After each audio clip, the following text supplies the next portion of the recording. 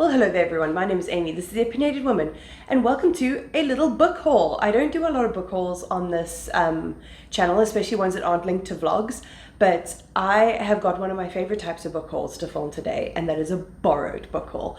My younger sibling Jay is going overseas for 3 months, so I asked if I could look at their bookshelves before they left so that I could give their books a little vacation on my shelves until they get back. So I'm going to show you everything that I picked up.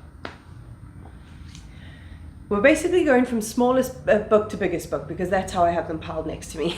The first one we have is Franny and Zoe by J.D. Salinger. This is the author of Catcher in the Rye. These are 2 short stories apparently that were first put in the New Yorker, and they're very much like coming of age in New York kind of stories. I don't know too much about it. It's only very tiny, so I don't really want to know too much about it. I haven't read Catcher in the Rye in years, so it'll be interesting to dive into his writing again.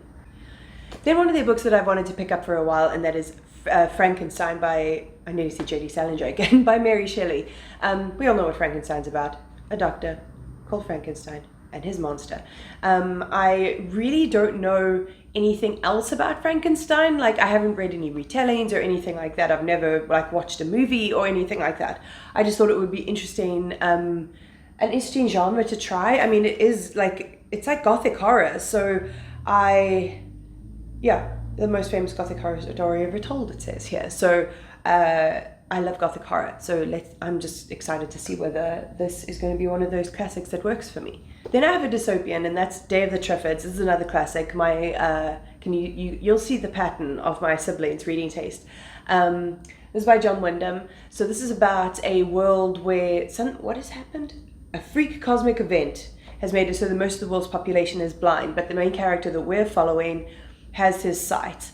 And there's also these like mobile plants that have like poisonous sticky bits and stuff that are carnivorous, that are like taking over, that they're going to have to try and like, I think these are them, that they have to try fight against, which is really creepy, and I really like that idea.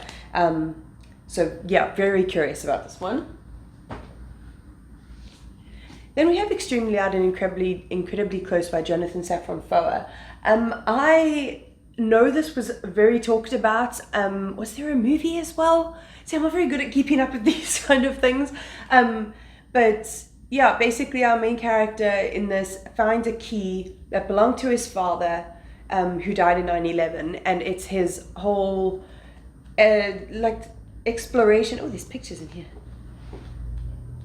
It's his exploration into finding what this key unlocks, and it's going, it is, oh wait, the heart of a family mystery that stretches back 50 years. So yeah, that sounds really cool. So he's basically going on like a journey of discovery, following the death of his father. So yeah, I'm interested to try this one out, even because everyone's spoken about it like so long ago, and I've just got no idea what they're talking about.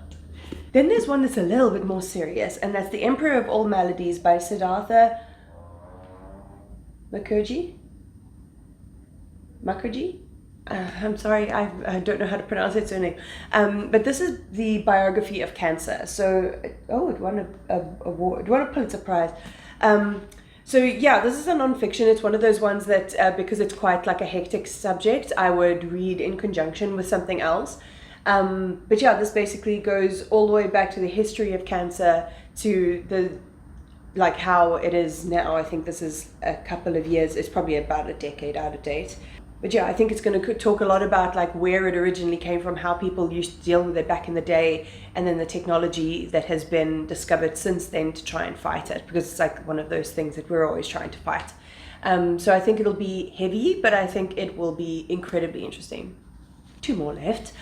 I started reading this book in 2019 when me and my sibling lived together, and I never managed to finish it, and that's Uzumaki by Junji Ito. This is about a town that gets infested by spirals, and I know that sounds weird and like it's not scary.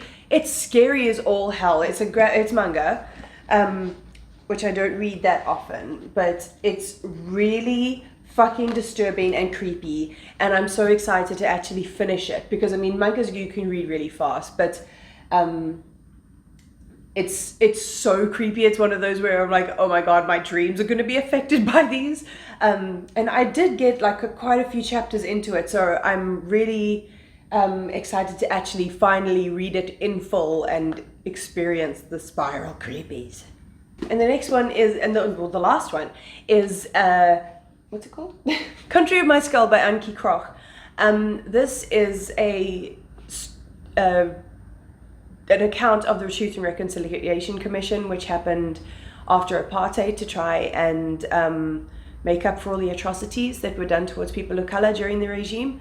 And she is both a poet and a journalist, so this is told from a journalistic standpoint, but it's interwoven with poetry as well.